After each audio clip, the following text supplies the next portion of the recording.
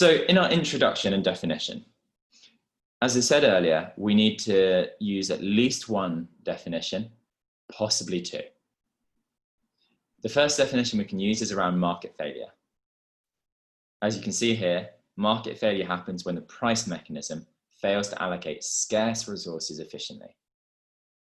That means that when we leave people to their own business and we have demand and supply meeting in a market, resources are not used to the best extent and the market fails. It's because of this market failure that the government has to intervene. Our second definition would be government intervention. Government intervention is regulatory action taken by government that seeks to change the decisions made by individuals. Anything that the government does that changes how individuals make decisions would be government intervention. So how do we take these definitions and put it into the perfect introduction? Well, let's have a look at one now.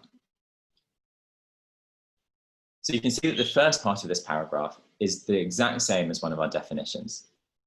Government intervention is regulatory action taken by government that seeks to change the decisions made by individuals, groups, and organizations about social and economic matters.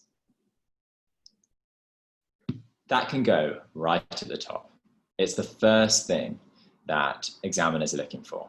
If you include a definition, you tick the box and you get the marks. The next thing you need to do in your introduction is you need to make it very clear what your argument will be.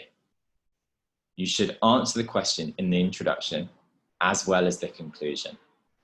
It means that the examiner knows exactly what you're going to be arguing and exactly what to expect in your essay. It makes their life very, very simple and easy.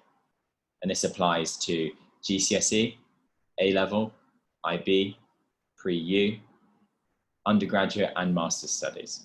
You always want to know what the argument will be. So in this essay, I will examine the issues with the market for agriculture in the UK and the extent to which the government could correct these market failures by intervening.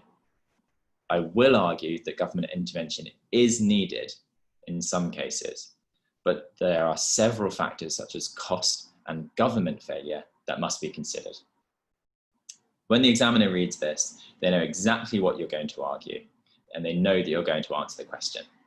You've probably already got 30% of the marks by this point, no matter what else you write.